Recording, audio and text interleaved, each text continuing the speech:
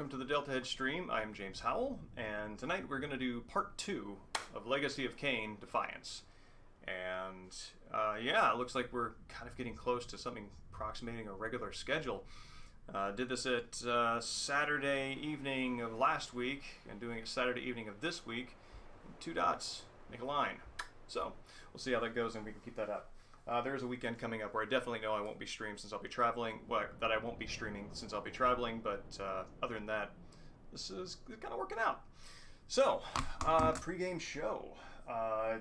Reading, I've got to tell you, in addition to the fact that I just emotionally resist Douglas Adams existing in any state other than a mass market paperback, because that is the format that I encountered him in mass when I was younger. The mass market paperback is also helping to keep the reading going while supporting the next generation physically, because you can actually take it and hold it in your hand like that, and that makes for much easier reading when you only have one hand available. I have been binging, as I mentioned last time, on Adams again. And I'm actually waiting on Hitchhikers. Going to kind of do Hitchhikers last, if indeed I do come across it, just because I've been so exposed to it over time. And it's kind of reached a point of kind of Monty Python levels of saturation, where I just know so many of the really good, well-received jokes by heart that I want to kind of get some of the less well-trod ground sort of in front of me. So, I've been reading Dirk Gently's Holistic Detective Agency, and actually finished this one a couple of days ago, and reading the second Dirk Gently book, Long Dark Tea Time of the Soul, which both of them are enjoyable. I feel like Long Dark Tea Time of the Soul, he kind of gets a sense of what the character in the world and that kind of story is more quickly, so it picks up. I kind of have a feeling that if Adams had... I know Adams was working on a third Gently book called The Salmon of Doubt, which is the title of the sort of collected writings, posthumous collected writings. And, I really do wish that... It does feel like there were more Gently books in him, in part because of the pacing of the first book, honestly. It takes about half the book, maybe 3/5 of the book, for the title character to show up in any kind of significant capacity, and everything else prior to that is sort of generating the environment, the characters, the setup, into which to inject the main character, which is an interesting way of constructing a story.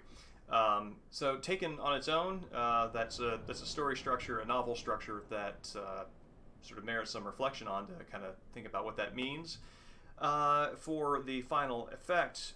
But also, it does sort of give you the sense of about 3/5 of the book are prelude. The last 2/5 are the introduction to the main character, and then there would be successive books after that where you sort of know who the character is, kind of know their adventures, know their deal, and the sort of gist of them, and can sort of enjoy the stories on that level, which is where the Long Dark Tea Time of the Soul succeeds, even though I think that the title is less impactful than Dirk Gently's Holistic Detective Agency. In addition to that, also reading Douglas Adams' Last Chance to See. These are his nature memoirs. He's traveling with Mark Carwadine, who was a naturalist, going around and looking at endangered and near extinct species.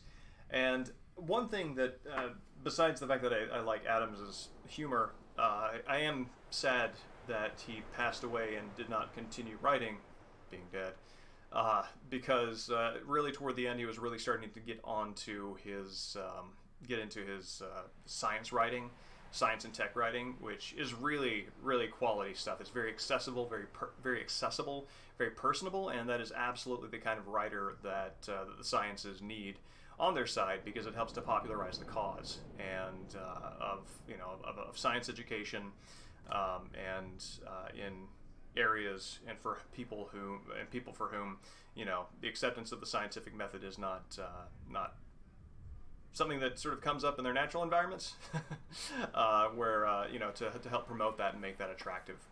So yeah, but this is well worth reading. It is a different kind of Adams. It is clever. It is personable, but it's sort of very soberly focused because he's aware of the gravity of his topic, which is the complete extinction of the whole species. Other than that, let's see, what else have we got? Oh yeah, a couple of things came in the mail today, or this week. And one of them, so with the PlayStation Network going offline for PS3 and PSP downloadable games, it is kind of appropriate to make the transition from Adams writing about extinction to a game that is about extinction as well, which is Tokyo Jungle.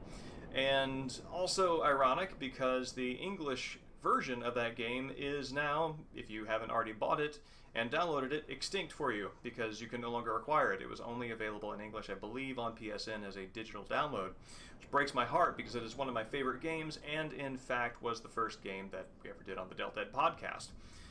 So, because I am appreciating how digital distribution, when something that is distributed digitally goes offline, the physical copy tends to jump up in price, even if it's been very common and sort of, day-to-day common beforehand. So I picked up a Japanese copy of Tokyo Jungle and very pleased to go through the packaging of this game because I, obviously only encountering its media in digital format, haven't actually held anything in my hand that has the art and the spirit of Tokyo Jungle in it. So just going through going through the book and finding that I'm pleased to see my recognition of some Japanese is paying off because I do already know what they're saying because I played the game, but I can kind of piece together how they're saying it, and that's a feeling of accomplishment. One of the sort of trivia bits that's kind of cool in this is the mechanic whereby you mate and then pass on your traits to the next generation has a specific name in this. What is it? Where is it? Heterogenesis. I'm really curious to know how they came up with that that particular name for it. And the table of contents is in this sort of mixture of Japanese and English. You can kind of see right there. I'll focus in there for you. Cool. And the other thing, which I've been told this is the worst clock tower, but that does not deter me, and in fact makes it enticing. I got a copy of Clock Tower Ghost Head, so we'll see how that goes in playing it. So let me actually move this a little bit closer. Don't fall. Cool. All right, so I think this gets us ready to go. Let me get up the stream on the laptop or the iPad here. No, I do not want to update my system software. Cool, there we go.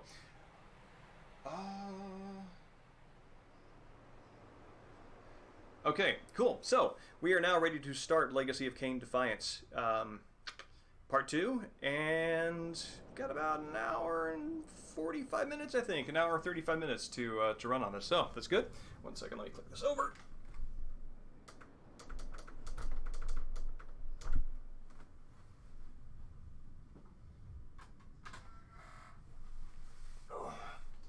And I'm sure that many folks will be watching the Resident Evil Village demo playthroughs that are currently up and going right now. I played the demo and recorded it a little while, about an hour or so ago, and I'm going to stitch that together into a coherent video and do a stream where I play through that, where we watch it and kind of talk about that and enjoy it. So that's going to be a good time. Resident Evil is more of a personal experience on the first time through, so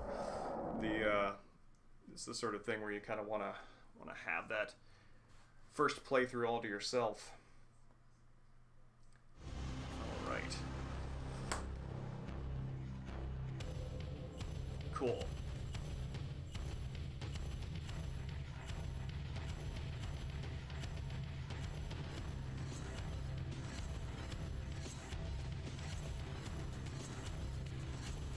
Kind of looking at that title screen, that's interesting how they've got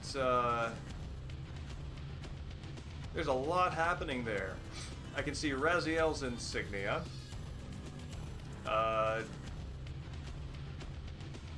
I see what looks like the cathedral where the Reaver was housed at William's sepulcher in,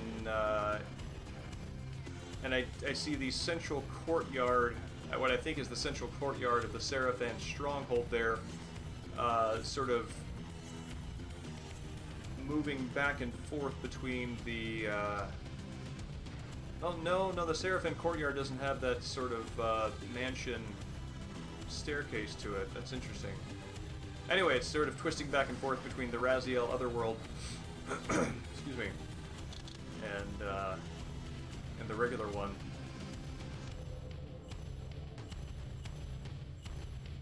Music's kind of surprising too. The music is not what I would think of as Legacy of Kain-ish, but this is also a direction that the music has been going since Soul Reaver.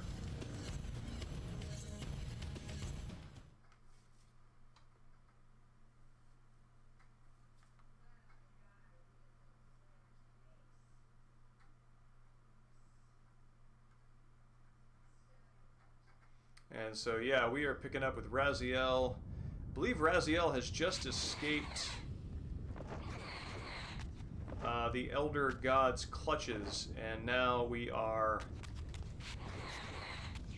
Let's see. Alright, that's my TK. Just kind of refamiliarizing myself with my controls. Alright, cool. So now we are finding answers, which is what Raziel is always after.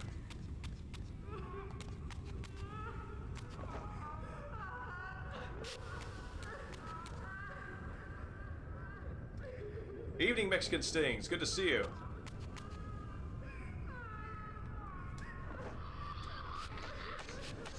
Super interesting to me that Raziel can now grasp surfaces in the other world. Apparently, having made himself into a, well, I want to say living paradox, but that's not totally correct since he is of the Revenant variety of animated being. Yeah, since maybe having made himself a paradox gave him the ability to interact with the physical world as a wraith. How are you tonight, Mexican Sting?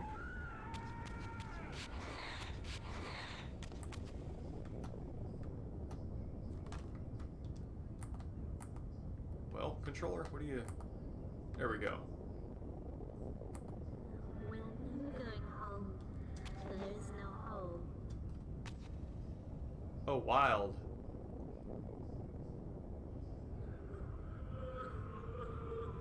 Oh, that's excellent. Glad it sounds like it went well. Oh. Oh yeah, Elder God's got his tentacles trying to grab me. Yeah, it was beautiful out here too. Unfortunately, did not get to take as much advantage of the daylight hours as I would have liked, but it's down here. But nonetheless, had the curtains pulled open to enjoy as much of it indoors as possible. I am as well, as a matter of fact. I was unsure as to whether or not I would be streaming tonight because I got my second shot, my second fox die poke on Thursday, and was feeling pretty dang rough. At last, I discovered a conduit into the material realm. I would finally escape the spirit world and take one step farther from my tormentor. Did you think to receive the same favors after your rebellion as before? No, Raziel.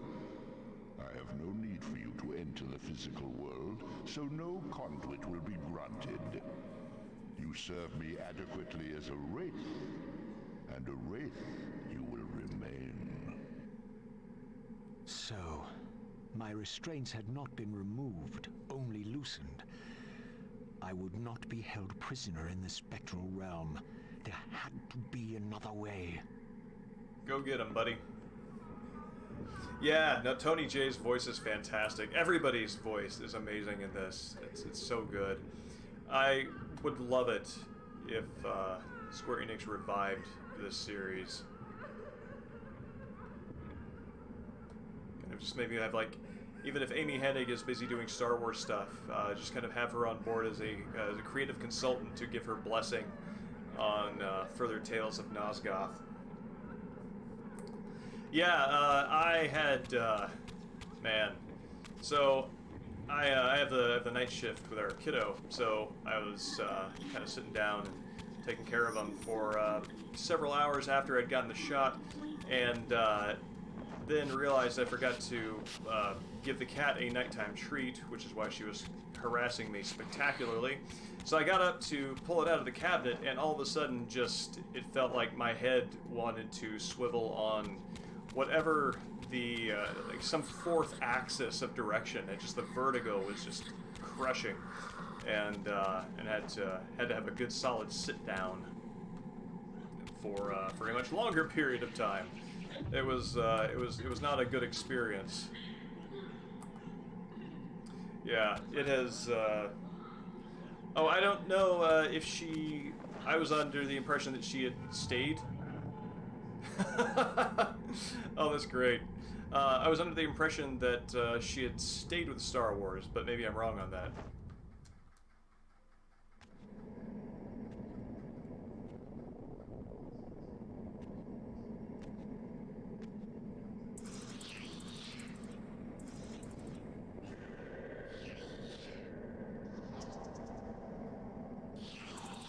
As I emerged, I was granted a vision of what I would become if I did not escape the spectral realm.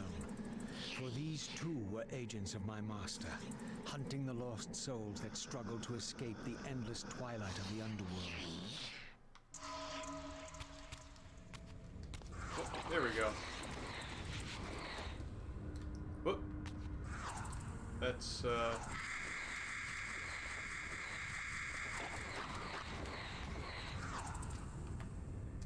Oh, okay, I see what I'm doing. I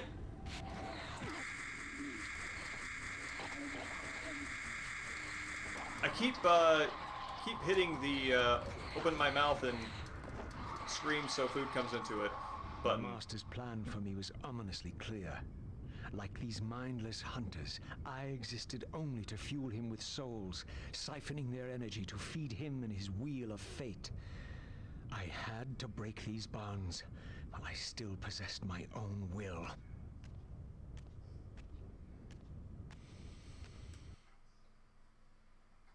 Alright, back to Kain.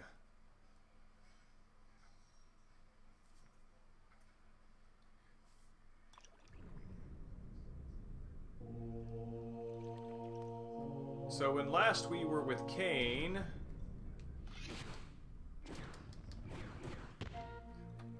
he ran into Mobius, who did a staff thingy and stopped him from moving forward.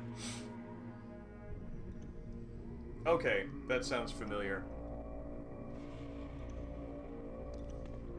No, in that case, I am not up to date on This artifact seemed as though it was made for that unusual lock. what she's been doing. Now the door could be opened. Falcon insignia, fantastic.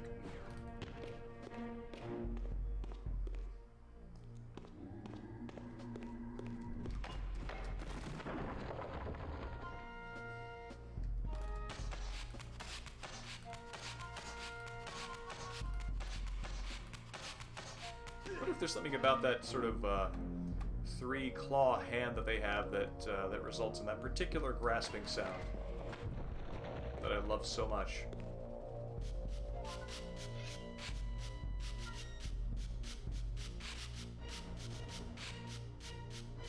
That foot shuffle sound effect is feels very much of the same family as the foot shuffling in the Soul Reaver games. What's this?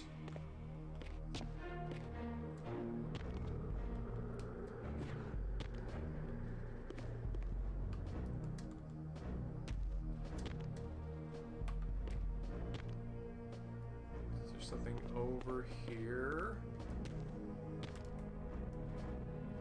Some sort of secret, perhaps.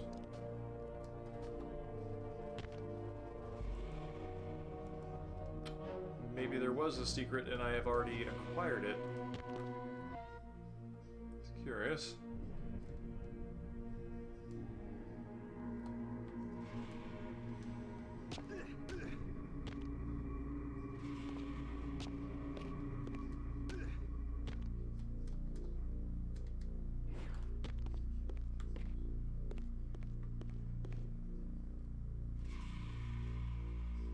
Chucky and Rugrats. First, which one? Sorry, I think my brain reset and I might have lost the thread on that.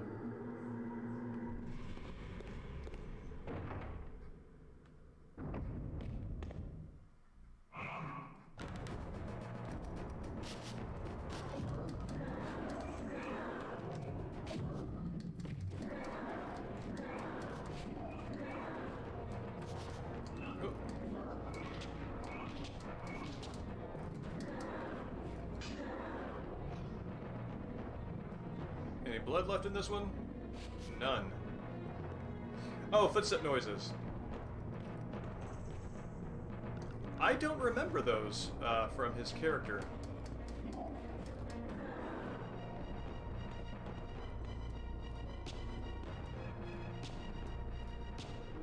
Though I mean he's a crawler, so that makes sense that he would have a shuffling sound.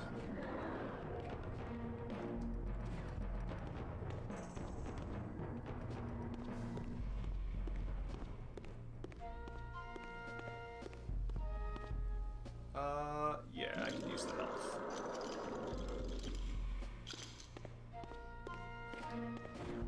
Seems like it's almost a disrespectful waste of resources to take just a sip from a human, because they die immediately.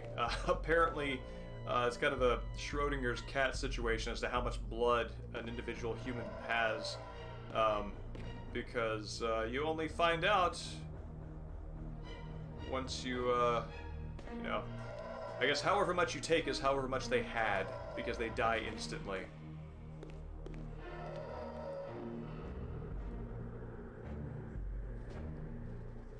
Huh.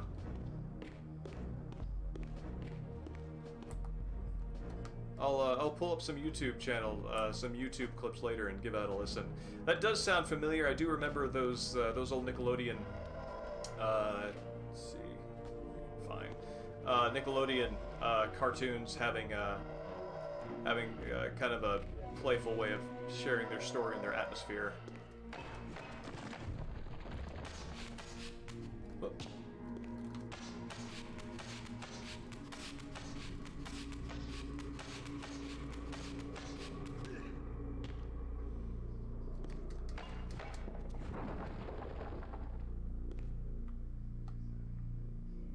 And Seraphin's stronghold is just built on it's just falling apart. That's interesting. The camera lives here, but I cannot walk in that direction. How weird. I'm used to environments having that kind of, place where there's a camera located in a hallway and you just can't walk past it, but it is a little extra weird to be able to look over there and see the ground, but not be able to traverse it.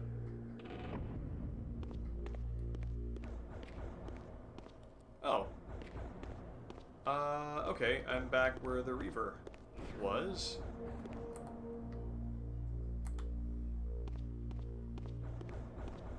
So this is a key. Does it get me through here? Does not. Something you can kind of see, which is interesting. As I start to kick it, a very slight letterboxing effect happens at the top and bottom, as though it's a cinematic moment. And don't think there's anything really to be made of that, but I notice it.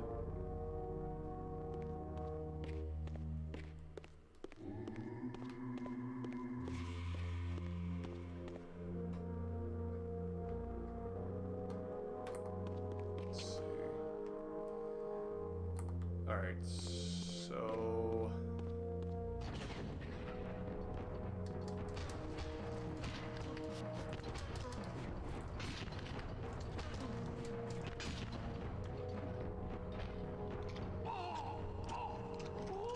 Chomp.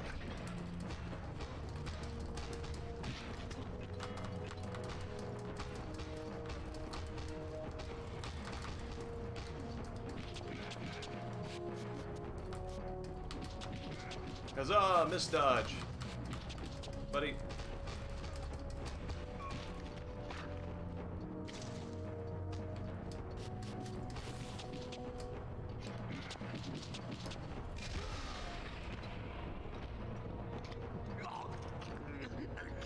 Like that blood back, please.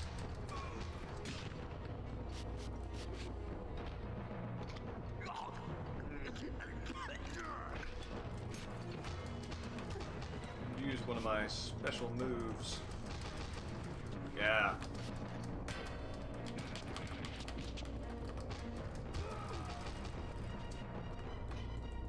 Very 100-hand slappy. Oh yeah, yeah, that's right. It does do that, doesn't it? Like when you're, that's a checkpoint, right? When you are approaching an exit or area, an exit or entrance, it letterboxes in. Okay. I think I'm supposed to be backtracking because I think I just found a key to a door that I encountered really early on in this area.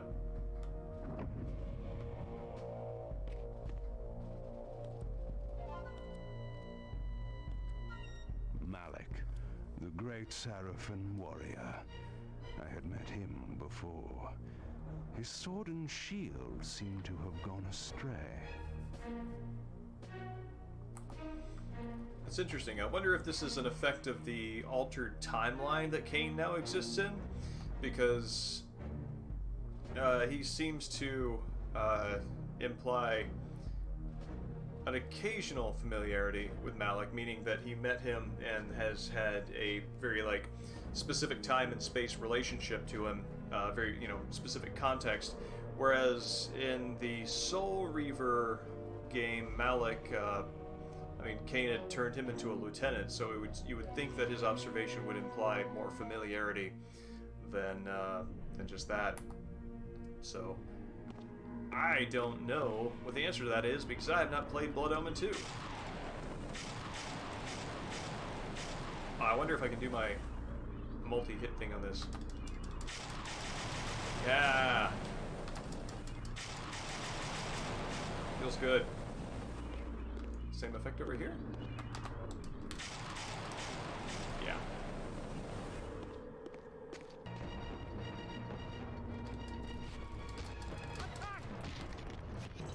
Someone's exploiting the force field for sound effects. Get him.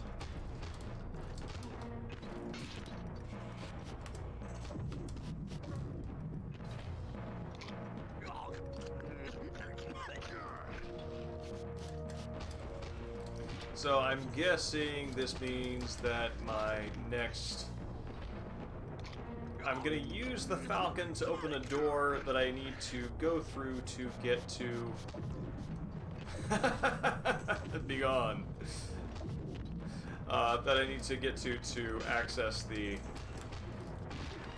sword and shield so I can open that door.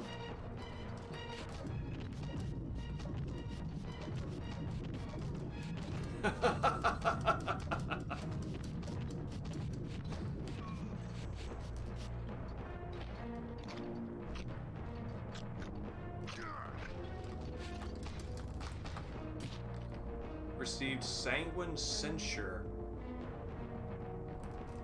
What is this? Ah, stop it. I'm trying to access the status screen. There we go. Falcon insignia. Evening, Ark. It's good to see you. Yeah. Yeah, no, this is by far definitely the best looking. Cadaverous lacerate. Sanguine censure. Oh, I see.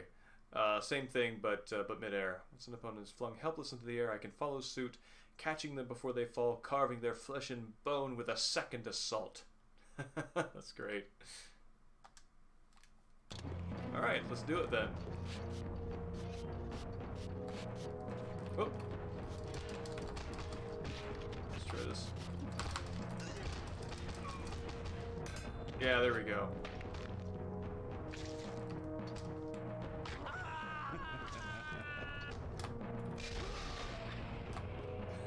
That's great. Yes, this is PS2. I want to say kind of late PS2 also. I don't remember exactly, though.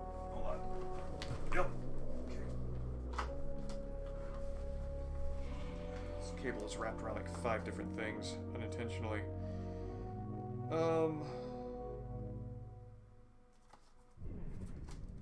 Let's see. Do we have a release date here or a publishing date in the instruction manual?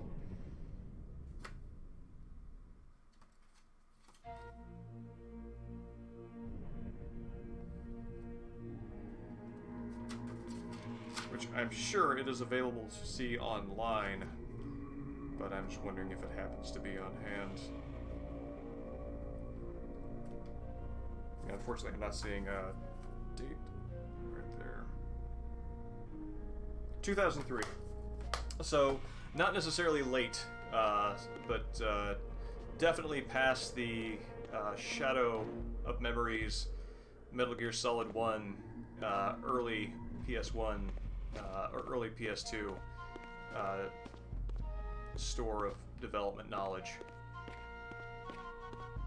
So right about when the PS2 is kind of in its stride.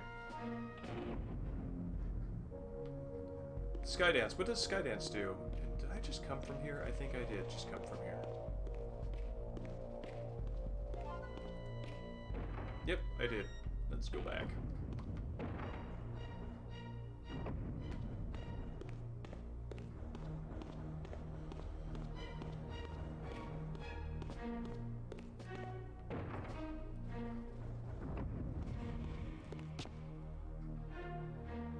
Oh, interesting.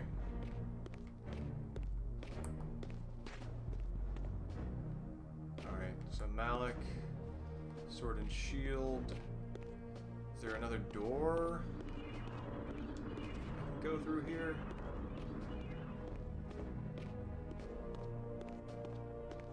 This is Monster Closet.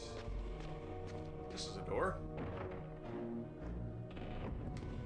Cool, I'm curious to... Oh, that's just a tapestry.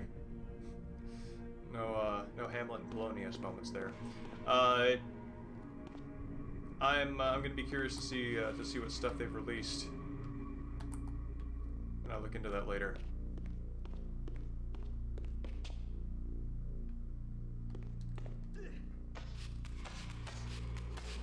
So this was a puzzle I solved previously.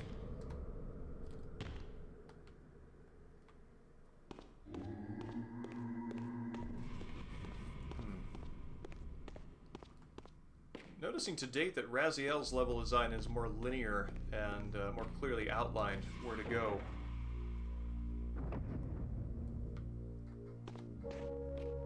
But that is not my path forward. Something over here, perhaps.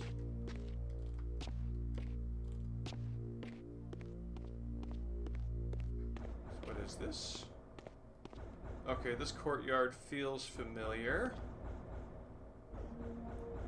A place I might appropriately backtrack to with a new key.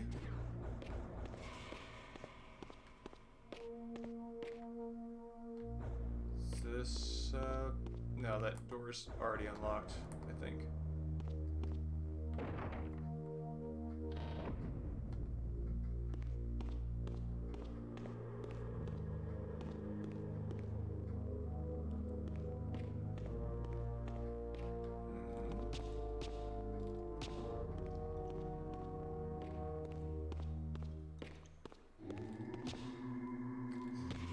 Oh man, felt that one in my gut.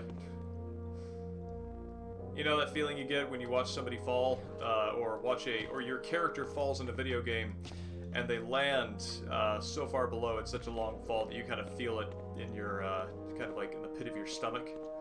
That's what that did to me.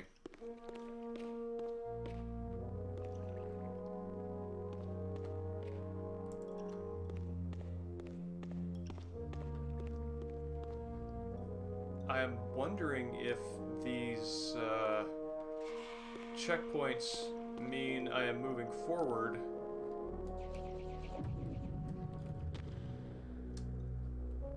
or if how do I? Oh, I'm not down there. That's why.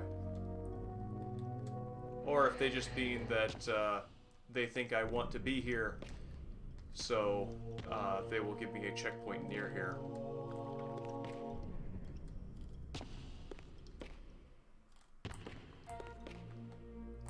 That's a way forward. I got a secret over there once. I kind of had this sinking feeling that I am doing my normal Legacy of Kain thing and wandering around an area when the way forward was presented to me a while back. Okay.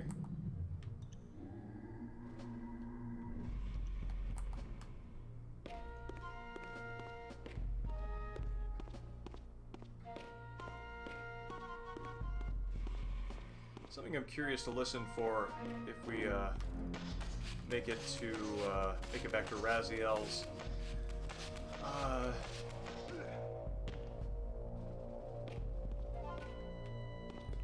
If we make it back to Raziel's levels on the stream, is to listen to these sort of pipe sounds. Pipes and strings make up his soundtrack. This is 100% a circle that I just ran around.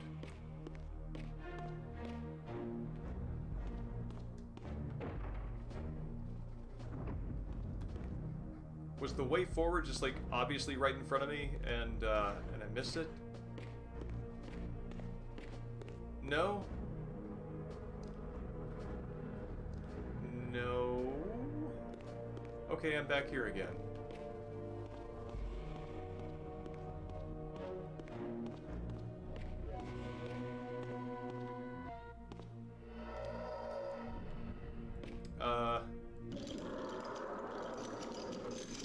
Yes, sorry prisoner. If I had been more direct in arriving at my destination, I might not have even needed to come back this way again to sup of your fluids.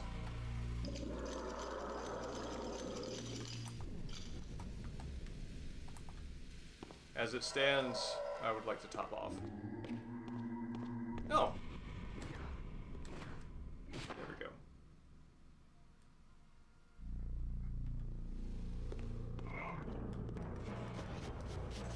Alright, someone to fight.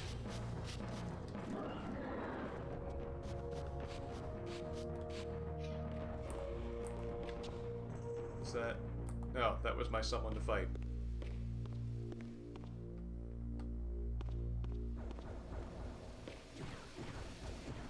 Nothing there.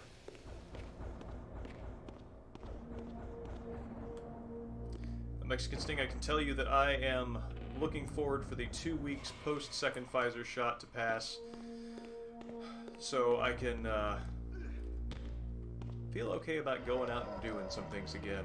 Obviously within reason and following all PPP protocols for the location and context, but you know, it'll be nice to, you know, go get a haircut again, for example. Another room? Yes, thank you. I do, in fact. I also would very much like to, I think one of the things that I'm looking forward to most,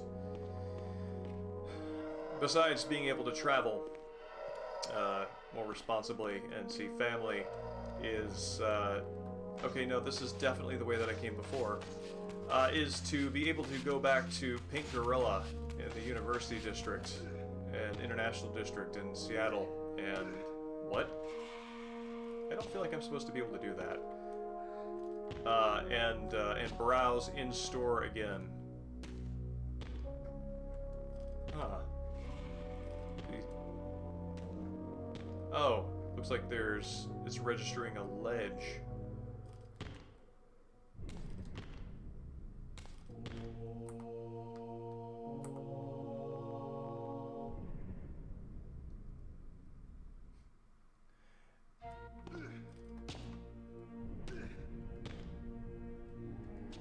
I'd considered a full head shape, but that don't know if that look 100% would suit me. Huh.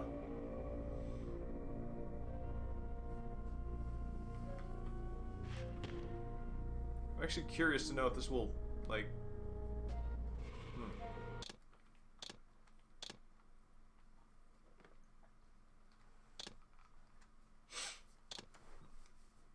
Just in case something goes significantly awry with this.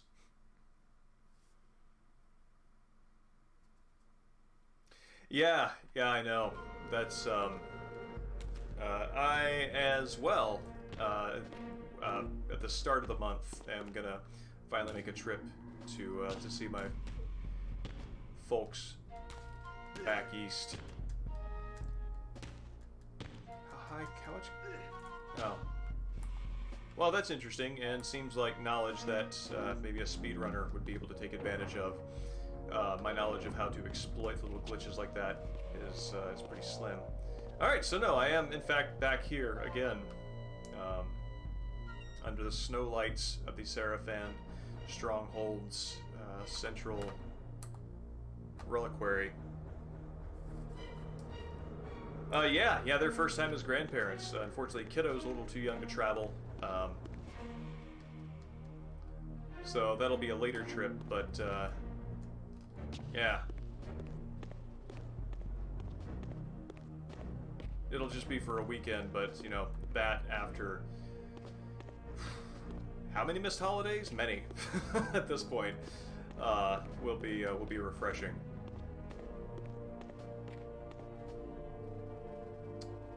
Okay, I see a jump point there.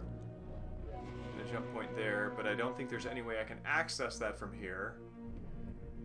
So, yeah. No, the cutscene with Malik's statue was definitely my last sign that that I was on the golden path.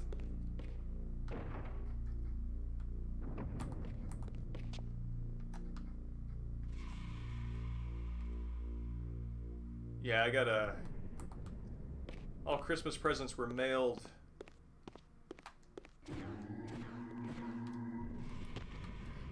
Every Christmas present except my presents. Jump on Malik's head there. Oh, hey, cool, I actually can do that.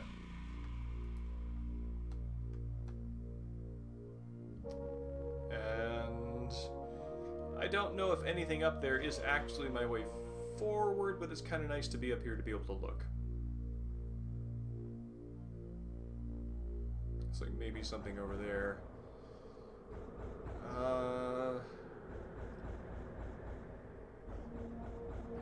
That door might have been a dead end. That's where I came from. That looped me back around and will be my way forward as a last resort, and that's where I definitely need to go. So, shoot.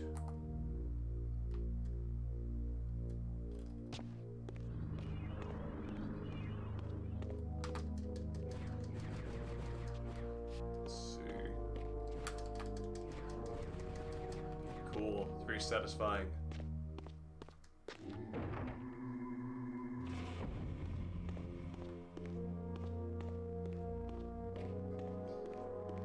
Okay. Alright, now I'm back here. Running back through. There's a door here. Maybe I missed this. This is where I need to go.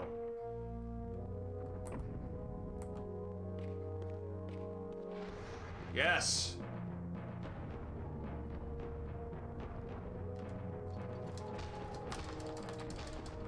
Hey! Alright, spellcaster, enhancing their allies' abilities. Where are you?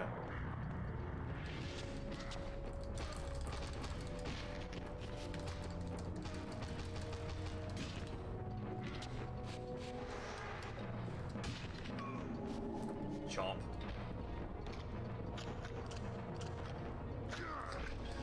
How politely they just stand by while I do that.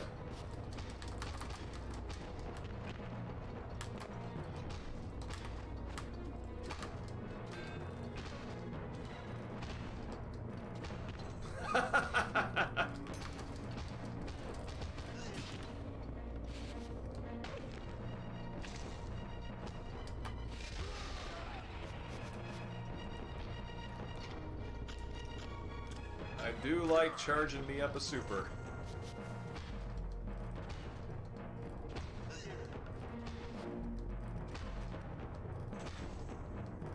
Huh. Apparently this can just keep going on.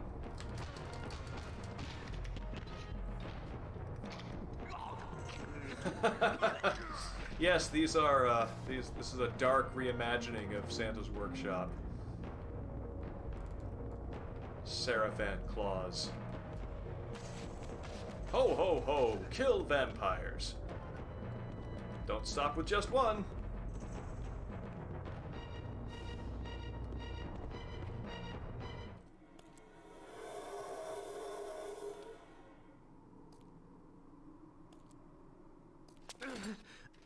Tell me, where can I find your master? Quickly, Mobius is... in the tower. Good.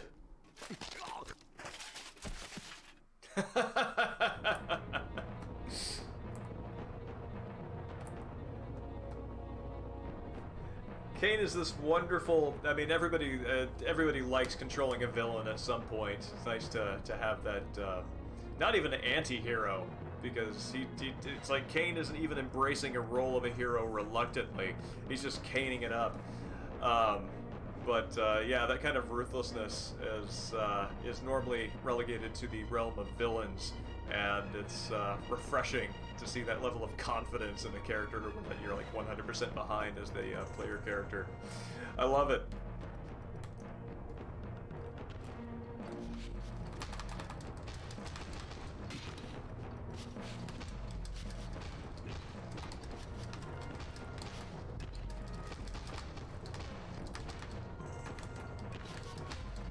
Actually, I'm kind of now appreciating how okay, so this is interesting about the combat, and maybe this is a key to enjoying it more, so I'm just gonna kind of spell it out. Normally, when you lock on in a game, like you're holding the lock-on button, right? Like L1. In this, you kind of tap it, and then you go into lock-on mode. And so, sort of enjoying that, and staying in that mode when you... Let me get this guy.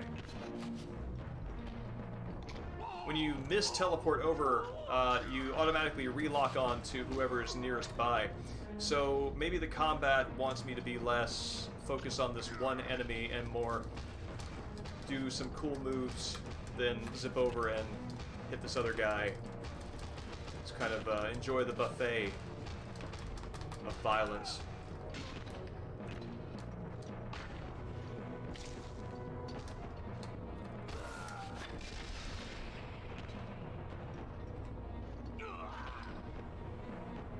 Oh, did I just throw him down?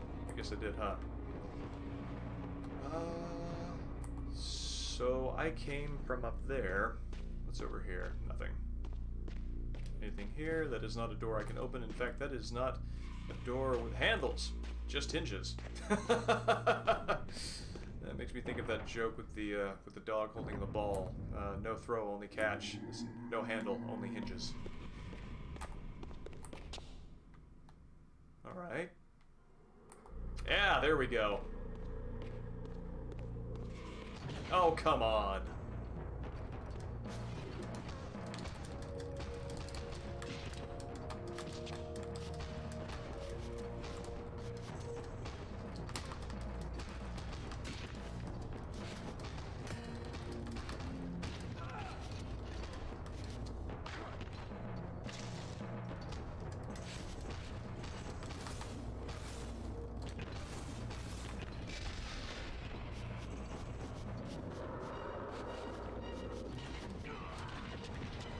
like the sound effect of Kain's blood draw from a distance. Kind of gives you the sense that opening his maw, he can emit an otherworldly sound of inhaling. There you are.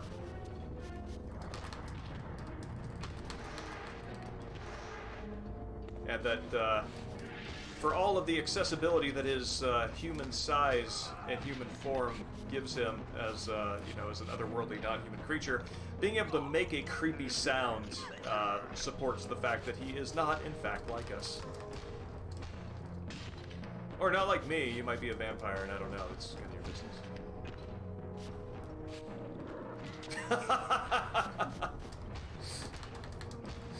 Moment ruined.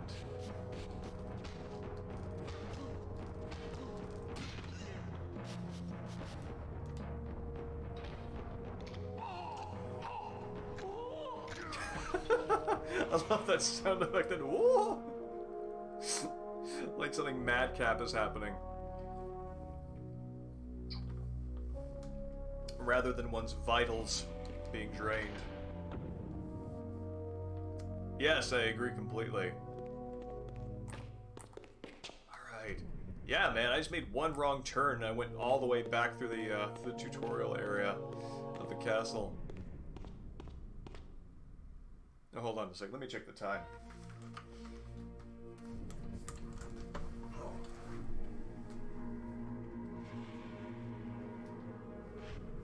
Cool, we're doing alright.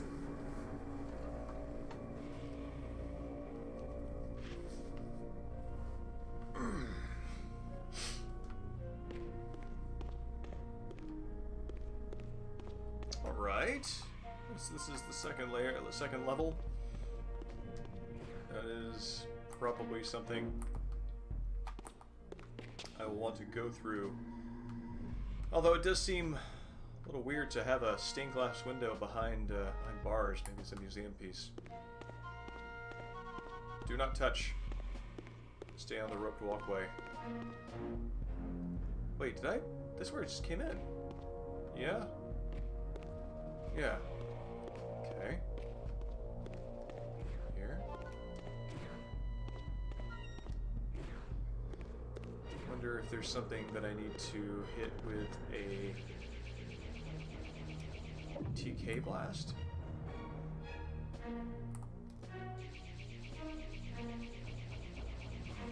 Doesn't seem to want to target the area behind me. Huh, weird. Evening, Space Hamlet. It's good to see you. You came in good time. I've got about an hour left. Stream time. Oh, there we go. Wait, no, that's the same place I just came in. Damn it.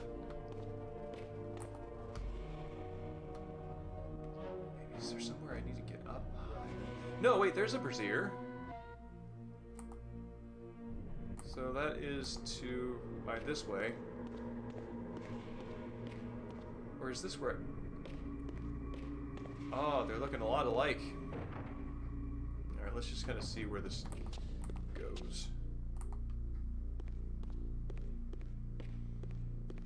All right, this feels new.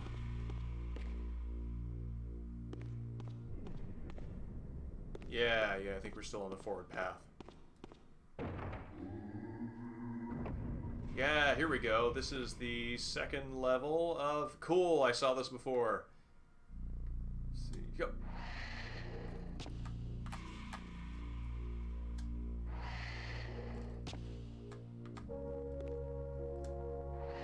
Like the wraithy exhalation that he has as he jumps. Oh, is this my third piece?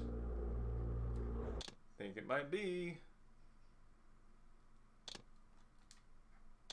Cadaverous laceration. Sanguine censure.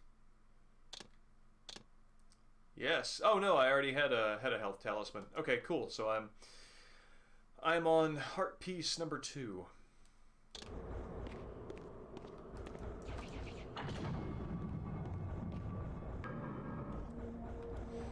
I like the implication that I mean, clearly the only way through here is to hit this with some object.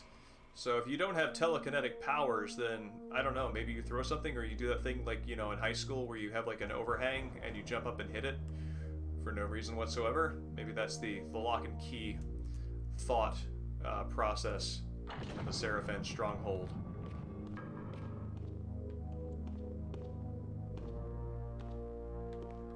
This is...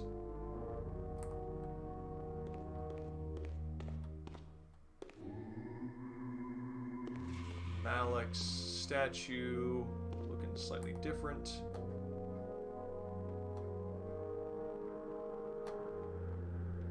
No, they liked it so much they bought a second one.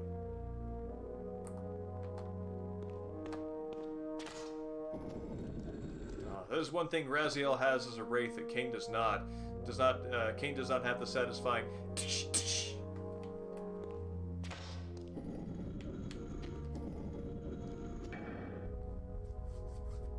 Whoa! Malek's missing shield. I hated to restore his dignity, but I would need to return this to his monument before I could progress. I hated to restore his dignity. That's fantastic.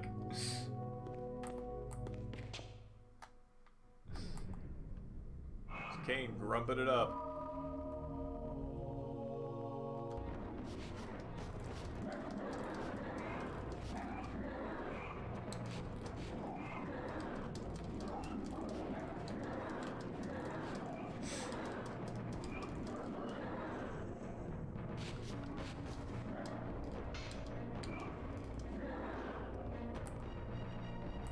Oh, Mexican Sting, I will call your attention to this thing. So, I know I pointed you in the direction of the 2015 tweet that I made to Bethesda about ludonarrative dissonance in Fallout 4. I am a dad, yet cannot touch the thermostat. And playing back through Fallout 4 now, I've decided to follow through on that, since that tweet is actually old enough to, like, enter kindergarten now. It's like 6 years old. I'm now making a total dad character on just stop and look at you. A total dad character in Fallout 4. His first name is Payne, P-A-Y-N-E. Last name is Bills. He's Payne Bills, and he's got a whole host of dad named guns. Like there's the Provider, there's Thermostat, there's High Hungry. You know, High Hungry, I'm dad. And my favorite, which I'm currently using a lot of, is I don't need a damn GPS. And I think that I'll link you to the Twitter thread that I made listing it. It's a good time. I know you stay away from it. I know you stay away from that social media, so I can make that easier for you.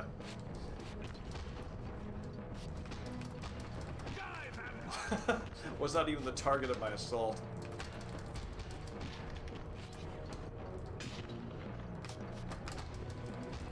Yes.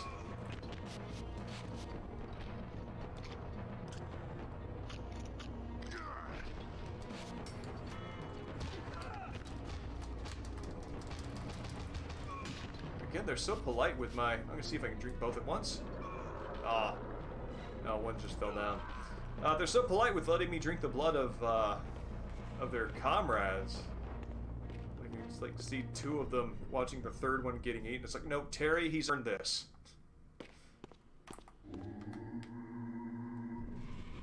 If you were in his position, you'd want the same consideration. Is this... I don't think this is where I want to go.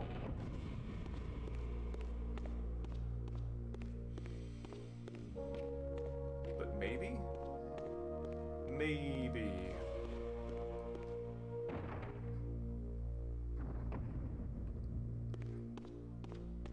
No. No, this is not where I want to go. Yes, it is very Devil May Cry. When did Devil May Cry come out?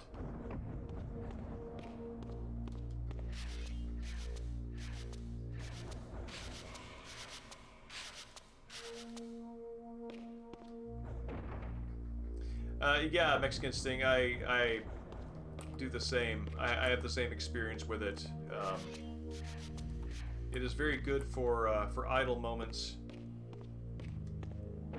and you know, sharing book things and some game things and stuff like that. But when I find myself reading other people's thoughts, I find myself wishing I were spending my time otherwise. Which is ironic, because that's supposed to be the beauty of it, right? The beauty of community and sharing ideas and exposing yourself to different ways of looking at the world. And as soon as I find myself starting to do that, it just kind of grows a little stale on me, and I kind of crave a little more mental stimulation. Evening, Logan. Oh, that's right. I think I might have made the paying bills. Talked about that on the last stream. I don't remember anything that I do anymore with Parent Brain. Might have talked about that last stream because I'm remembering Logan popping in with the mention of his name. Oh man. Well, at least I did not restore all of Malik's dignity. Jerks.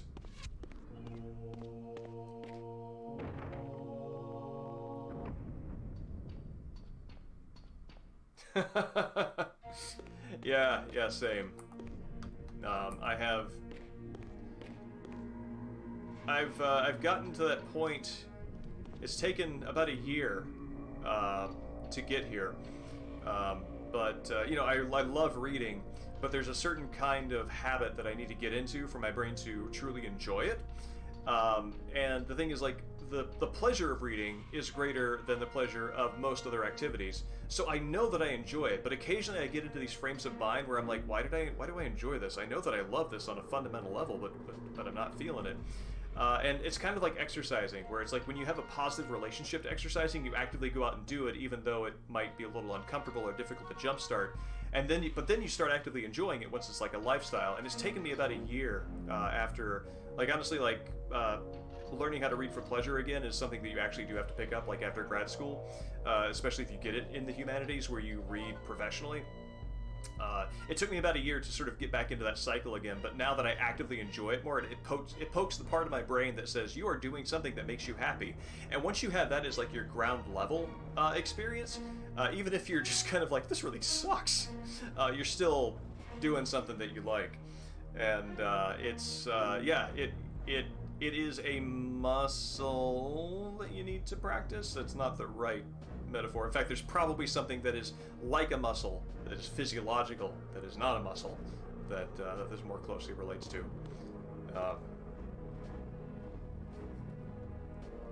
Yeah, no, I get you.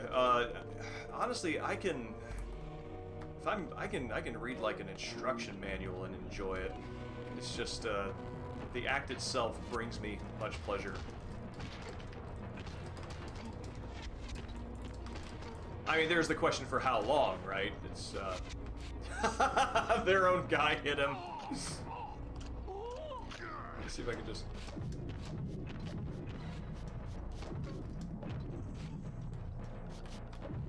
Oh, that's cool. Oh, come on, man.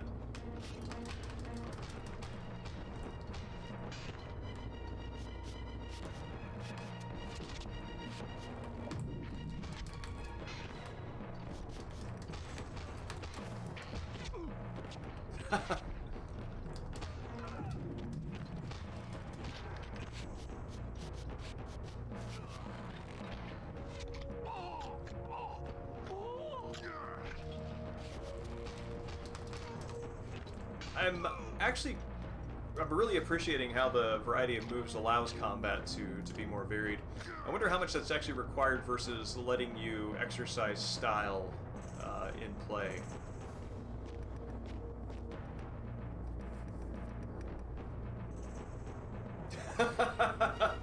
Yeah, the Elder God MCing the fights, that would be fantastic.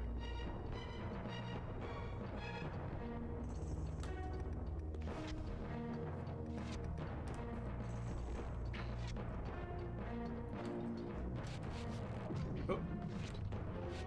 No, Kain, this one. Stop it. Ah.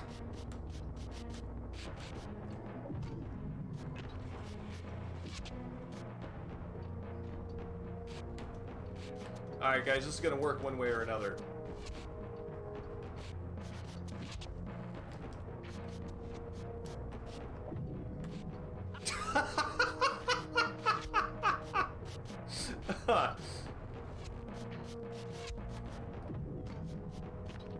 That was not intended, but fun, nonetheless. Alright, here, just give me this jugular.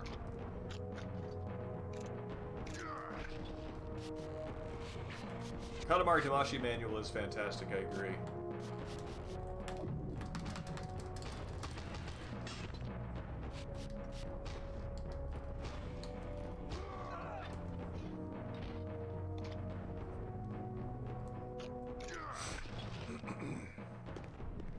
Chomp, chomp, chomp.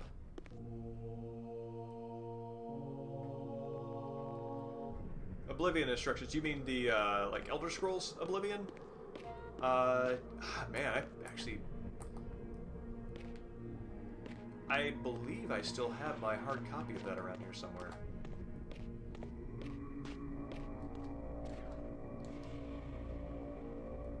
If so, that'll be fun to, what am I targeting?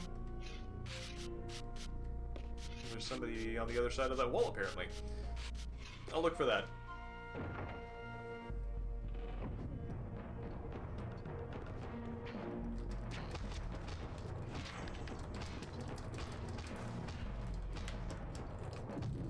Oh, that was cool. Oh, I love that. I can launch him into the air, smack him around with the sword a little bit, then TK grab them and actually pull them into myself so that my my force field or whatever that is damages them, and then finish them off with the sword. That's cool. Belonged in his right hand. However distasteful this errand was, I would return it to its proper place.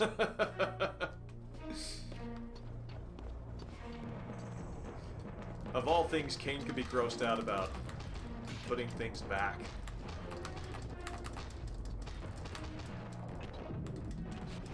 Which honestly does not speak well for his role as an adventure game protagonist. Because I swear to God, neatening things up is what you do for the most part in almost every adventure game. Oh, that's so cool! I can just toss somebody else aside while I'm fighting this guy. I love it.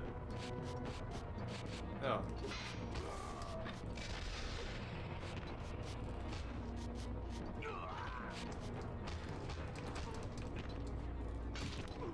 Which again makes me think that treating the entire battlefield of enemies as your target rather than just one single enemy is the way that the combat makes the most sense.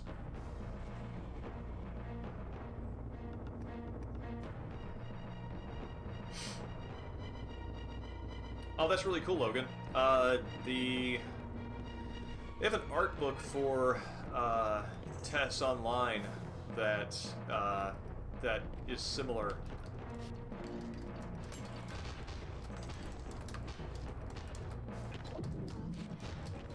Kind of written from a naturalist's perspective as he's going around all the different lands of Tamriel to document them, and it is a rare moment where my favorite race in TES, the Bosmer, gets some love and attention. Bosmer are strange, weird, and weird out the other elves as well, which I don't know if it's like some sort of convergent evolution thing that makes them look like the other elves, but they don't even seem to be acknowledged as elves by elves, which is especially interesting.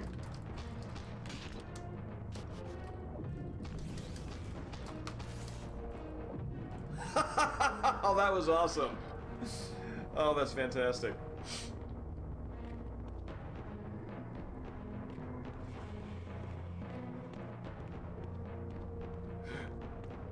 Oh man, to be beaten to a pulp and then thrown off a mountain like fortresses, you know, like walls. That's cool. I love it.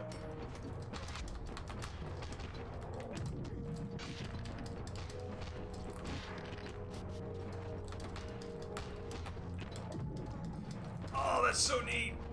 It just, it's also like the hand gesture that he does when you're facing a guy and you're fighting him, and if you TK somebody behind him, Kain doesn't turn around to face him. He just like puts his hand up like that and then does a gesture. So it's just like his attention is diverted for just as long as it takes to get rid of whoever that is. It's got a lot of personality to it. I'm enjoying and appreciating that much more about this game on this playthrough.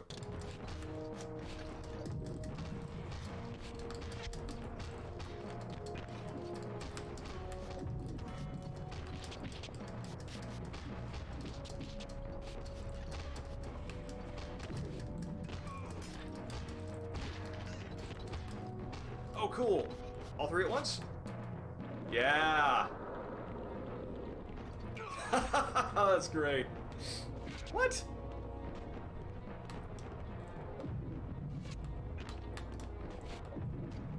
Who is this? Why am I throwing you around?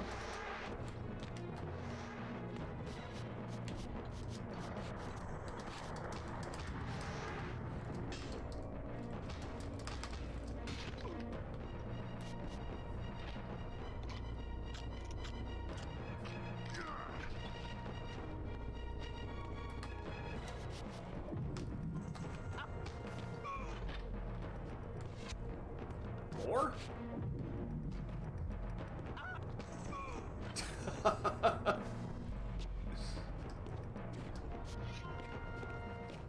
The way to the tower now lay open before me. I looked forward to finding Mobius and resuming our conversation.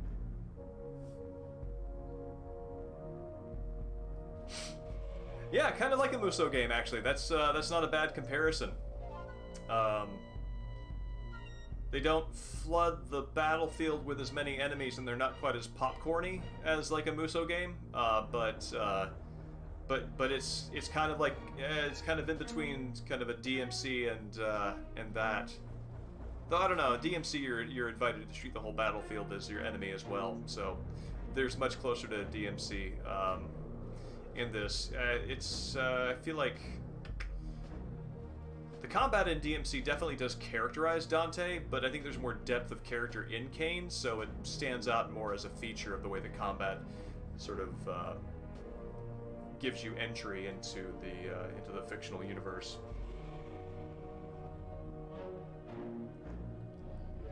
Describe the average MGS fan. You mean with a Bosmer?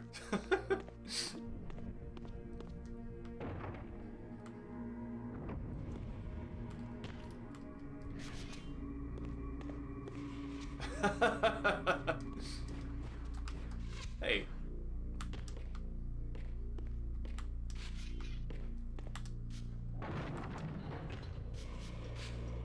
Jerk. Oh!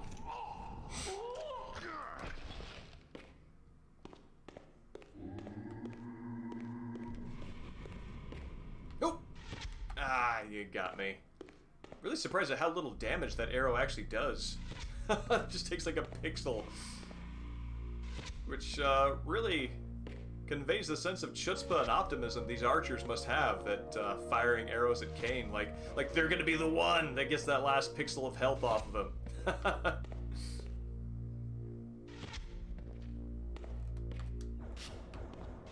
Alright, let's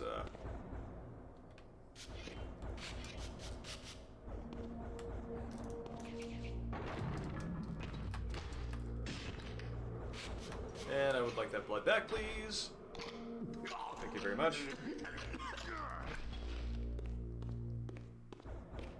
Cylinderificis.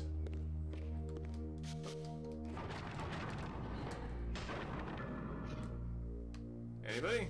Anybody? Nope. Just a ghost firing arrows at me.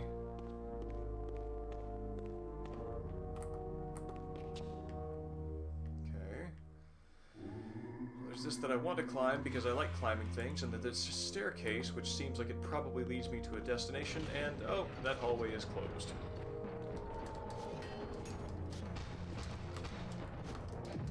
Yeah, that's that hand gesture that I'm talking about.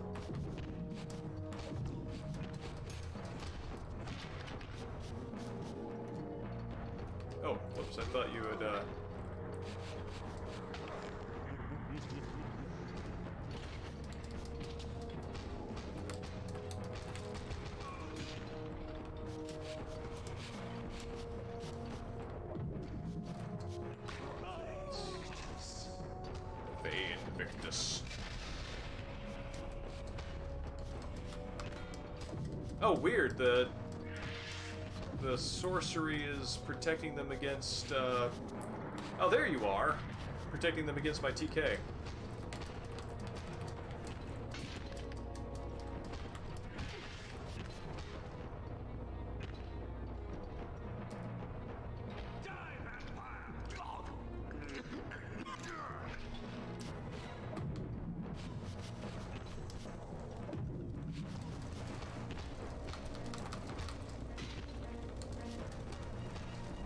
Received Infernal Sundering.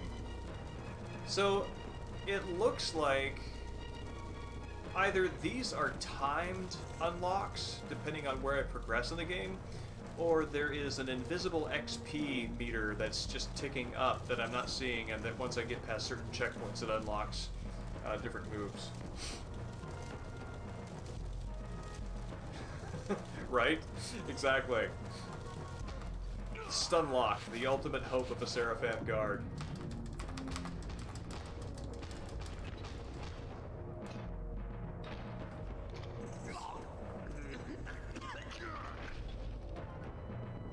So let's see, what does that move? Infernal Sundering. Interesting. Upon slamming the serpentine blade of the Reaver into my adversary, the resulting force will blast their pathetic body into the very ground beneath. That makes me think of one of the special moves you get from God Hand with the little midget ranger characters, where you, when they're dizzy, you can do an axe kick and basically like pole stomp them into the ground.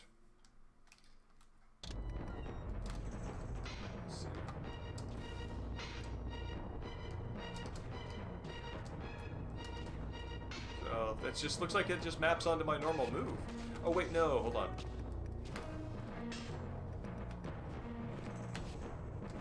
Oh, weird.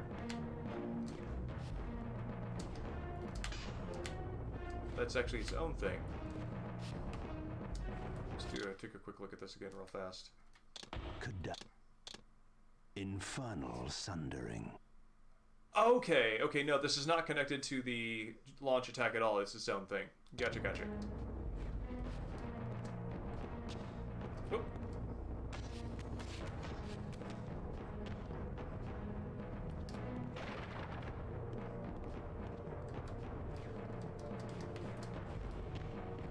Well, now I look forward to trying this out. What is up? Is this something I need to key for? It is. No, sadly, Kain has nothing to say about it. I love Kain's roundabout descriptions of I have found a lock. And a key will open this lock.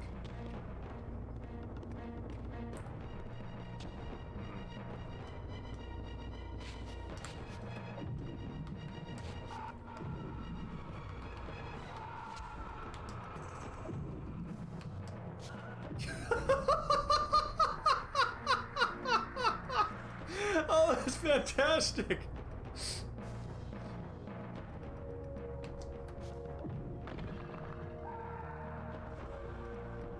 I love it. Not a threat at all when you have telekinetic powers. Oh, where'd you come from?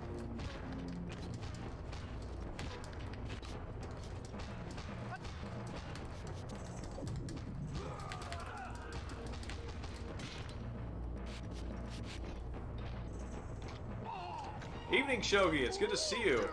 Are you at shot number 1 or number 2?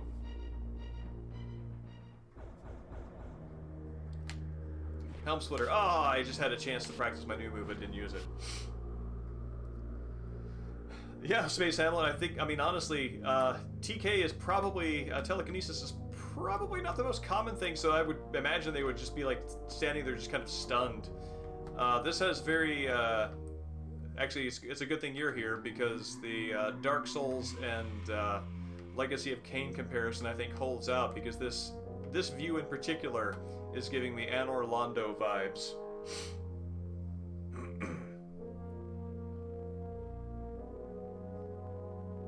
No, Logan, I think you're right. I would rather have a deadly fall than having my blood forcibly drained by the king of vampires. Same Shogi. I had my shot on Thursday, and yes, the side effects were very real. I was stumbling around as though I had the greatest of inner ear infections for about a day and a half to 2 days, and still might be experiencing some of that. Code Vein. Did you recommend Code Vein to me before, or am I misremembering something? It's that architecture specifically that's giving me Anne Orlando feelings. Fatigue and sore arm, yeah, the fatigue was real as well. Sore arm was less of a problem for me.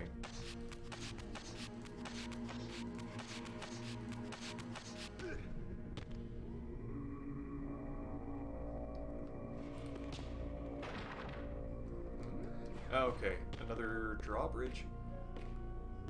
Okay, cool. Yeah, I didn't, okay, there we go, yeah.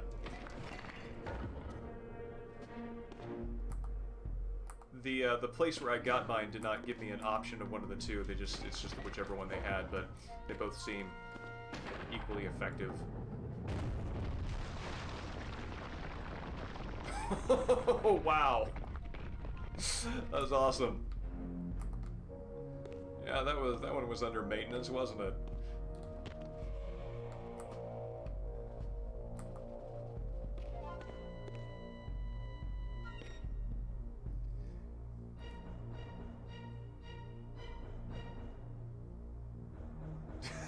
Big Fauci's DNA.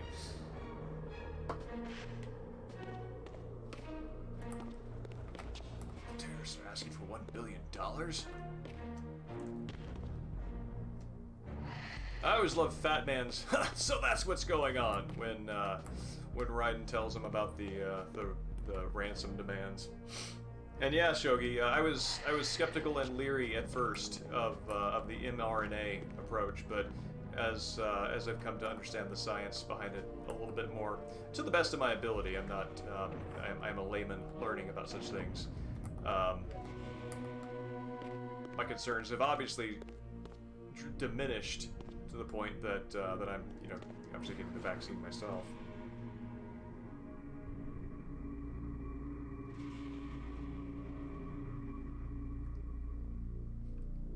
Yes, Space Hamlet. What is Dark Souls but Anne Orlando persisting?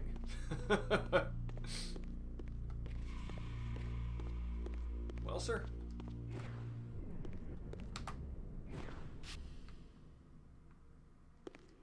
Maybe telekinesis a thing?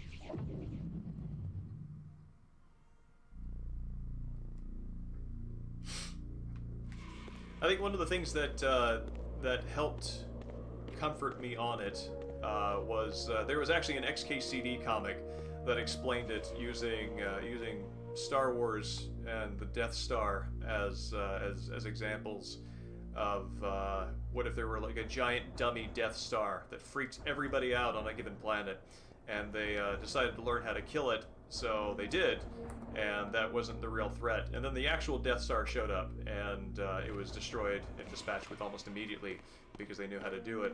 So what if your body could make a dummy version of the thing that you were going to destroy, then attack it, learn how to attack it, so when the real thing shows up, it can, and that is fascinating to me.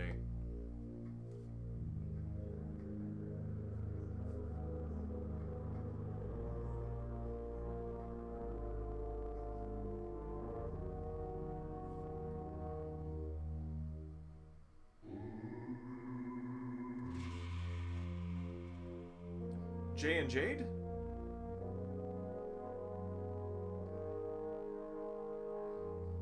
Oh, Johnson and Johnson. Gotcha.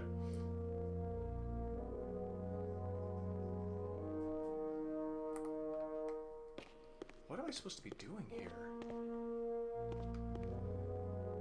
The camera is... Oh, is this a thing? Wait, do I need to hit this? certainly seems that something important should be happening here. Let me go see if I need to backtrack and find something. Maybe there's something up here. Oh, hello.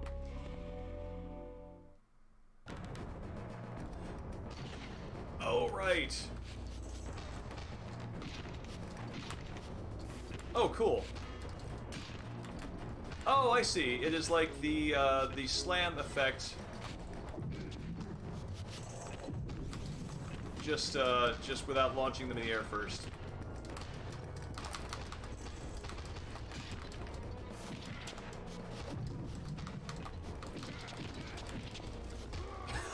It just comes running back on fire.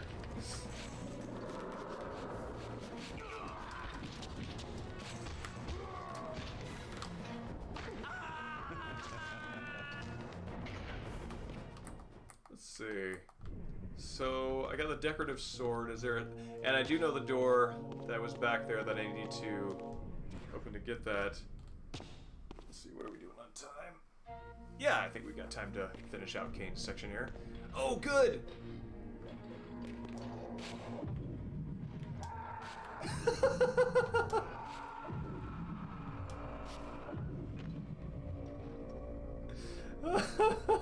It's so good. The range on that is ridiculous. I think I mean, maybe they wanted you to like have like a thinking strategic solution to this problem, and they left that there. I'm actually delighted that they did, because that does make me feel like I did something clever, whereas I think with a more hemmed-in action game experience, they probably would have limited the range on your TK hold.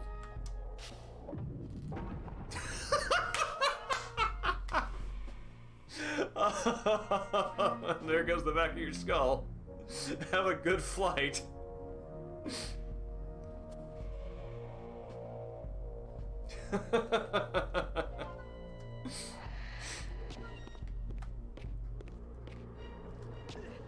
Oh, no, no, no, no! Woohoo! Close one.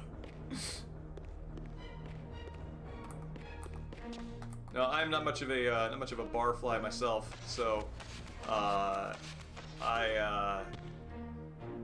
my ambitions for freedom are limited. As I was chatting with Mexican Sting earlier, are limited to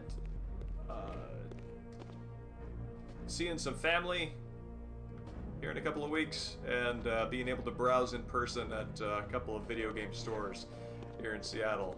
And I'm looking forward to the wild time that's going to be. Let's see. Okay. Oh, hey. Glad I spun it a third time.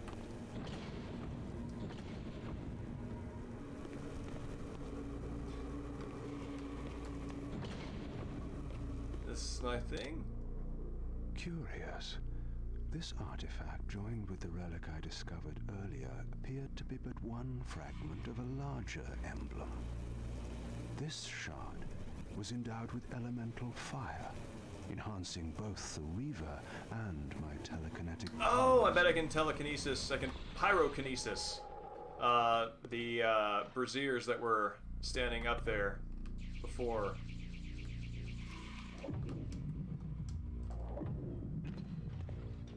What?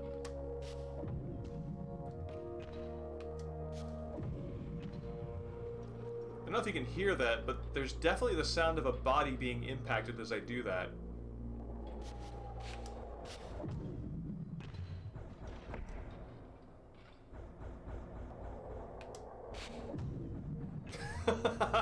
Somebody on the other side of the wall just trying to sleep. Just has like the worst placement for a bedroom. Like, oh yeah, I'll be in the chamber with the rotating dais. Like, nobody goes in there. It'll be the quietest place ever. And Kain is just there.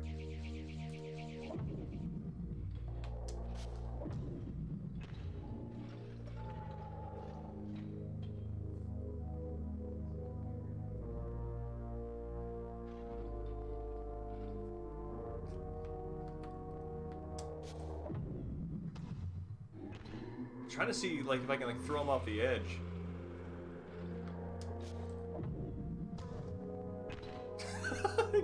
His head is tracking the target. That's great. No, I actually, I love spending time with my kiddo.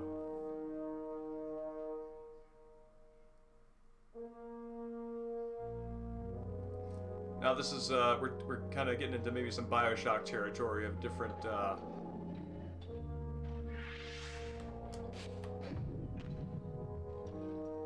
different augments for our physical appearances.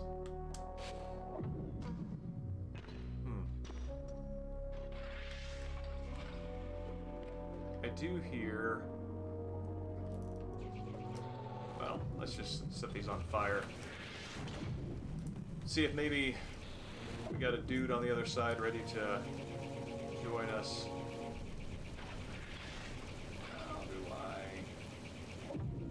This does have a weird thing using with the targeting on certain layers.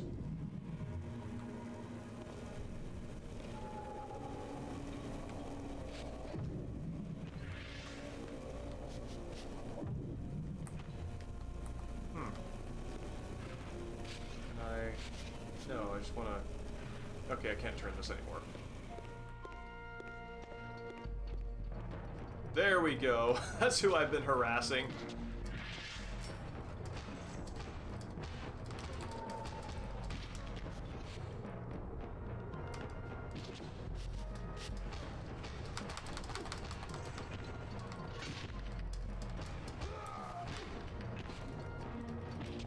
There we go.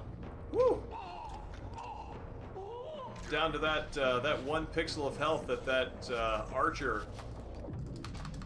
somewhere was really hoping you would catch me on.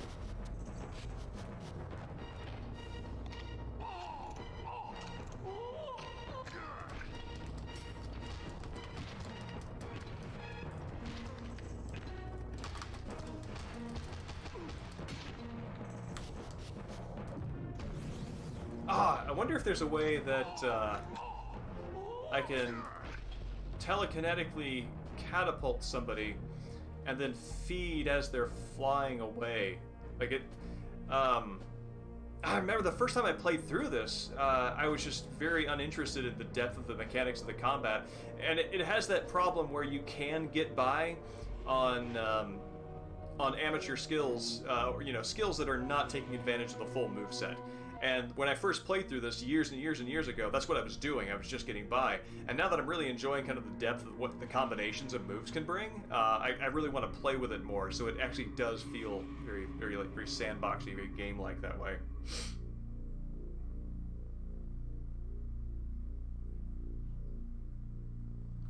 Yeah, people are definitely, I mean, going to be more social for a variety of purposes. I was took a walk out by the lake that's near my place, and was sitting there and reading. And as an introvert, I normally don't read around a whole lot of other people because I find it distracting. But even I was like, you know what? This is nice. Nice people out here doing their thing. I'm gonna read and not pay attention to any of them. There were a couple of people who maybe you kind of wonder, under normal circumstances, I would think this person doesn't know how to talk to somebody who's reading a book, because when I read, I underline passages. It came up to me and was asking me, so, I see you're underlining things. Why do you underline things in your book? And I'm like, well, that's a weird question, and seems genuine, so I'm saying, yeah, sometimes I have difficulty focusing my eyes on a line on a page, so I underline something if it seems even slightly important, so I can keep it all together in my brain. And then he started asking me, the typical questions that, if you're being interrupted reading, that you get asked, like, well, what are you reading? Is it good? What's it about? And I was reading Douglas Adams' Last Chance to See.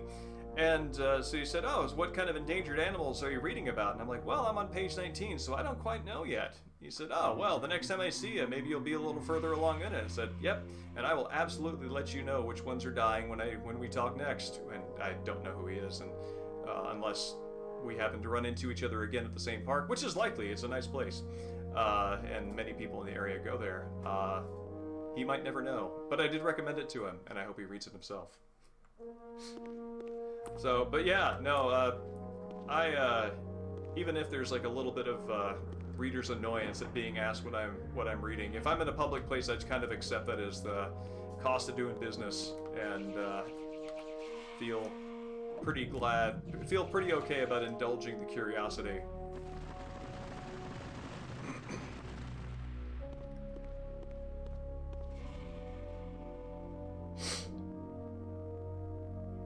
Some of them are already gone. Yeah, right now I'm reading about the Komodo dragons, which I know for a fact are not all dead because we do have one here in the zoo in Seattle. Oh, that's nice. Once you get past the original impossible to reach flames to light, it's really just a matter of punching buttons. But I have yet to get much further than that.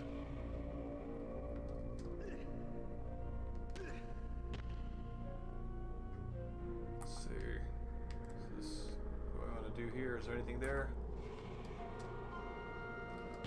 Now, Adams does he does digress into talking about animals other than the ones that they are currently investigating, and they are delightful. There's a bird called a megapod, which is kind of a turkey chicken that exists in, I want to say, Indonesia, and it's to incubate its young. It carves out a patch of like 3 by 3 cubic yards in the ground, and then fills it with rotting vegetable and basically composts it. And then on top of that puts another 6 cubic yards of compost, and then it sticks its eggs in the middle of it. And then the entire time, it adds and removes compost to be able to maintain a consistent temperature on the inside. And Adams compares this to his tendency to spend afternoons programming his Macintosh to do very simple calculations to save him time, because, why would you spend 30 minutes solving a particular calculation when you can spend 3 days developing a program to do that thing that you're going to do exactly once? And so anyway, he compares the Megapod's extravagant nesting process to that, saying that days and months of running around and controlling the temperature of this compost pile is preferable to sitting on your eggs once in a while. So that's, again, that's one of the reasons why his science writing is very good. It's very charming. Here you are at last. I see you found a fragment of the balance emblem. This will be of even further use to you if you can find the other 3. Now, shall we? Yes. Let us continue our conversation, but on a somewhat different footing. Now, what do you have to tell me, Mobius? You cannot kill me. We both know that this is not how or when I die. Death is not the only possible outcome. Your delusions of fulfilling the vampire's foolish prophecies have badly distorted your judgment. And Raziel is not what you think. You dare imagine what I think. Oh, that's so good. So, you prevented Raziel's soul from entering the Reaver. Do you believe for a moment that by this you have averted your fate? Or his? Or that of Nosgoth itself? Your manipulations are pathetic. Yet Raziel retains his free will, and that's what frightens you, isn't it, Mobius? You cannot see his path, and so you cannot control it. And neither can you. Yes, Raziel is shrouded from us, but we see the ripples of his potential actions, and every path he might choose leads to the same outcome. He will kill you, Kain. In sparing Raziel, you have written your own death sentence. You still have not answered the question I came to ask. Where is Raziel? Oh, that's cool. He is not, in a true sense, here.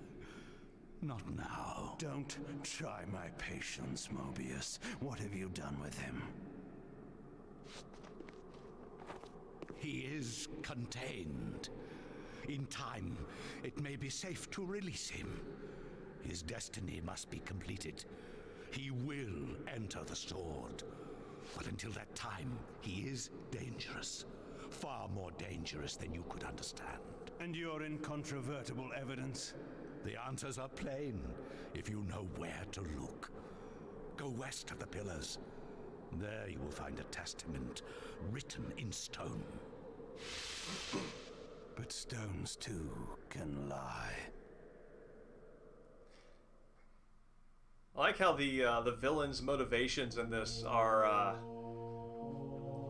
I mean, honestly, rather than kill their enemies, they're just content to one up them and being more right. Kind of like the internet in that way.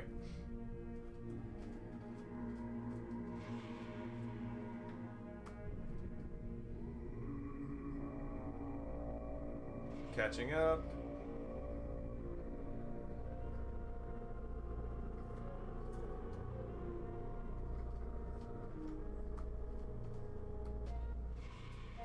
Well, west of Pillars, I mean, that's true.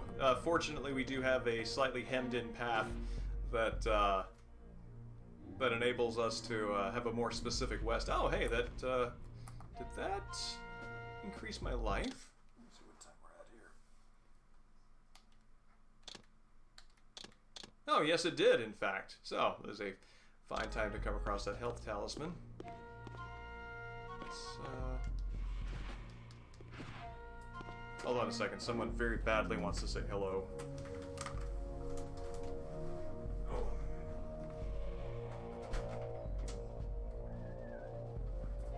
Oh, yes, welcome.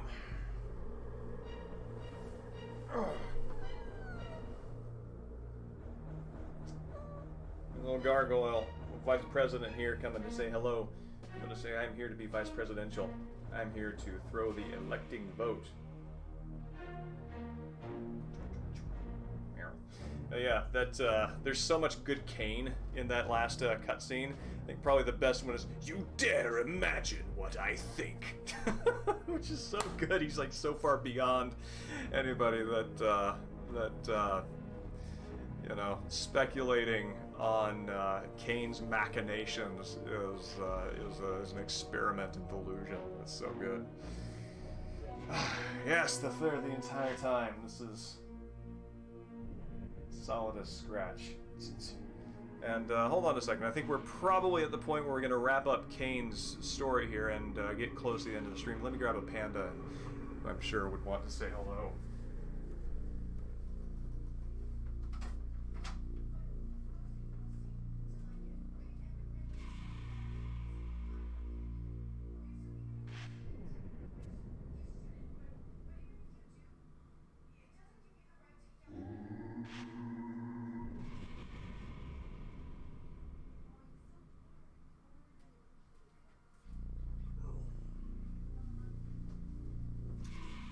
Here we are. Yep, here's our dude. Here's our man. Here's our guy who is going to, this guy right here is going to get a haircut. Get a haircut in just a few days. And it's going to be as a shorn panda. Two things will be accomplished by that. One, the increasing temperatures will be more bearable to the barrister. And other thing is, the amount of time that he spends sleeping in this chair right here will be marked by less fur. Every time I come in here to sit down to use the computer or to play a game or something, I have a glue lint roller to mop up all the panda, because there's a lot left. Whenever he comes by to say hello. So, the library has the advantage of being the coolest room in the house, so that naturally attracts those whose fluffness creates a great deal of heat.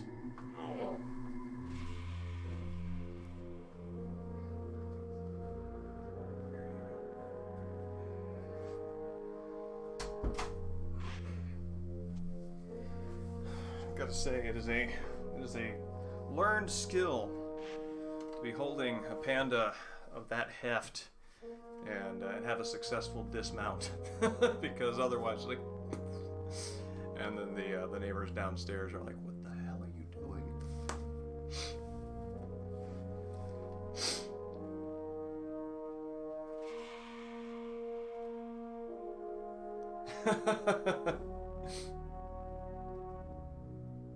Evening, Iceman Dan. Yes.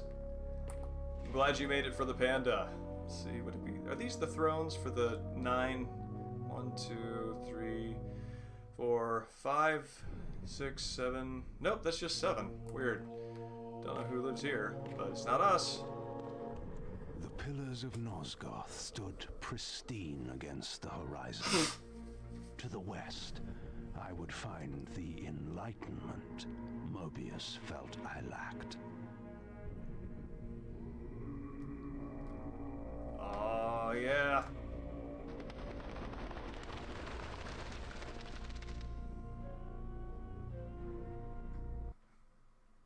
It's great that Kain is not just one bat as a vampire. He's many bats.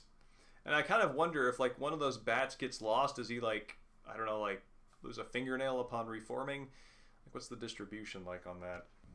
There had to be a way to escape the spirit world without the help my master was pleased to deny me. Only in the material realm would I have a chance to seek my destiny, or change it.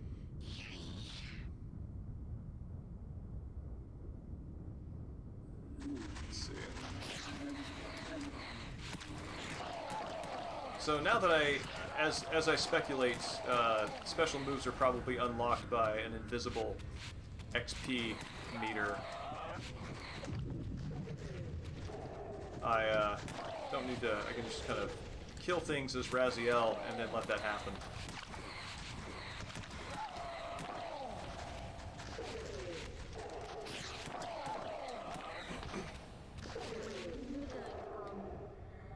Oh, good evening, Ark. Good night, Ark. It's good to see you. And yeah, I think I'm gonna be able to settle into a shorter, but still regular stream on Saturday evenings. Sometime this week, I might kind of pop on for a short stream where I play my playthrough. I've got a recording of my playthrough of the Resident Evil Village demo. Excuse me. And even though I won't be playing it live, we can still watch it and kind of enjoy that experience. And I felt it was a pretty good playthrough.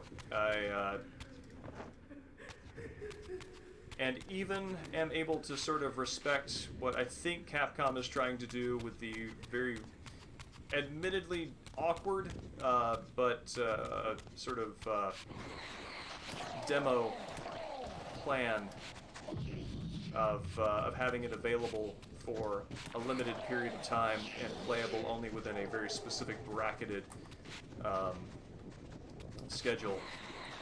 I think that Capcom is trying to make it an event more than a demo, and by limiting it to a specific place, and you can't limit the event to a specific place because it's everybody's console.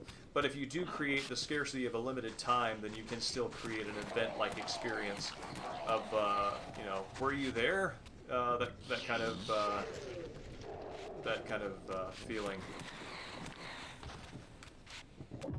Also, admittedly, since it's just a fragment of the full game, it seems like that would be an easier demo to kind of put together and pull off because you already have the content made. You just turn it off at a specific time. Excuse me. But yeah. Anyway, I made it a pretty good way through. That's interesting.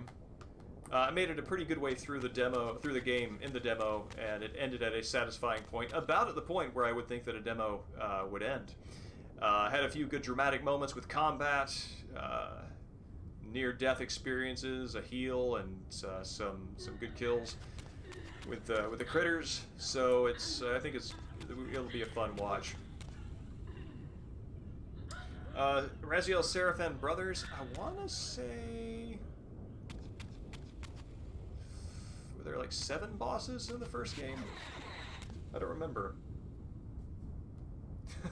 yes, Dan. Yes, Hamlet. The 9 don't always sit at the same time.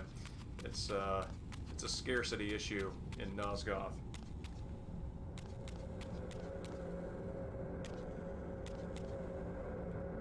Yeah, Ark. I will let you know when I'll post when I am going live. But Yeah, except for the weekend of the 1st, my intention is to stream around 8 p.m. Pacific Standard Time on Saturdays. Hopefully circumstances can make that schedule to stick to. Now this is a much more Muso kind of thing with these level of this number of popcorn enemies.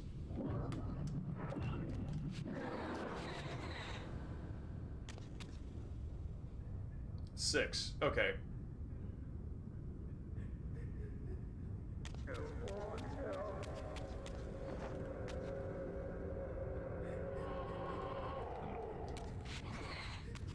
No, that's a good point. I mean, we did go back and we did change time, so maybe we knocked that number of pillar guardians from 9 to 7, just as a weird consequence of time manipulation. This is definitely my okay, there we go. I gotta hop up there. I expect.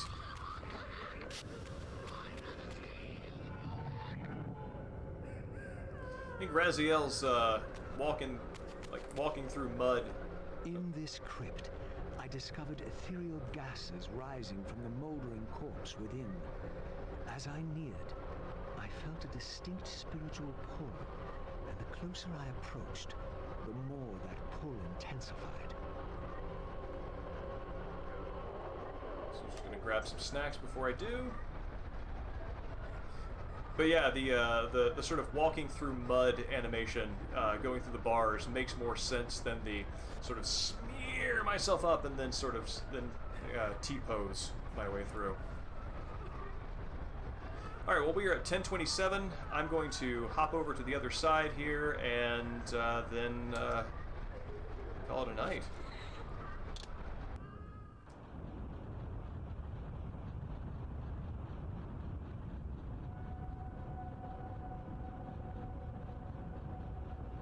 In the end, it was not difficult. I projected myself down into that tomb and found I was reborn into the material world. I was cursed with a loathsome and repugnant vessel. But with an effort of will, that too could change. Oh, that's great.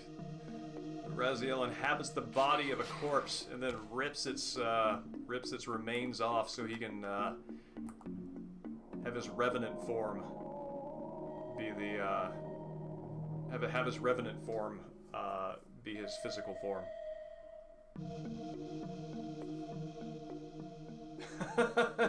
Yes, Juggler Ike. That's the guy that we need to figure out our time travel shenanigans.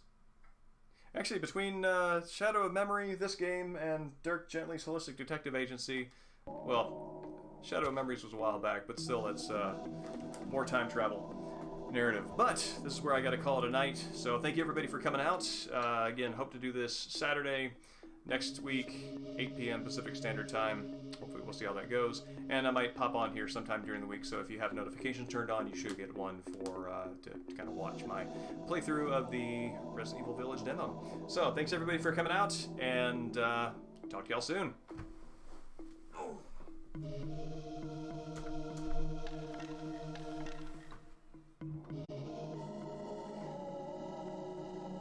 Thanks, Logan, Hamlet, Mexican Sting.